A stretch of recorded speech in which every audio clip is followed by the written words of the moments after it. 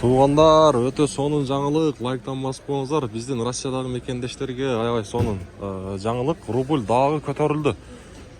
Лайктан ар бириңиздер басып коңуздар. Эми учурашайлы, жалпыңыздарга ассаламу алейкум, урматтуу достор, ассаламу алейкум жалпы жамаат, так маалымат каналыбыздын катталуучулары, урматтуу достор. Мынакей бүгүн буюрса 22 январь 2025 жыл, аптанын бүгүн шаршемби күнү. Сааттын жебеси 12:15. Бүгүн рубльдун абалы өтө жакшы.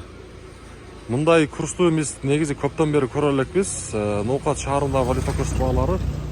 Мына караңыздарчы. Сатып алуу боюнча айтсак, рубль 0,865 тиын. Доллар ошол боюнча турат 87.30, евро болсо 90 сом 30 тиын. 865 тиын. Негизи мындай нерсени көптөн бери көрө элекпиз. 1000 рублиңиздер ошондо 865 сом болуп турган кезде. Так, туугандар, каналга сөзсүз түрдө катталып коңуздар. Мына ушундай жаңылыктарды биринчилерден болуп көрүп турасыздар. Коммерциялык Кыргызстан банкта рубль 0,86 тиын, доллар 87.30, евро 90 сом боюнча экен.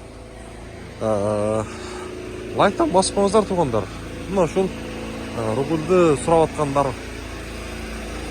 Доскарада банкта дагы 865 тиын, рубль. Доллар болсо 87 сом 30 тиын. Валютчиктерди көрөлүчү. Банктар менен бирдей койду же бир аз төмөнүрөөк бар. Аны сиздер менен чогуу көрө жатарбыз. Мынакей валютчиктер. Сатып алуу 0,865 тиын, рубль, доллар 87.30, казак тенге 0,16 тиын. 865 тиын. Бул деген көрүп турасыздар, бирдей болуп турат.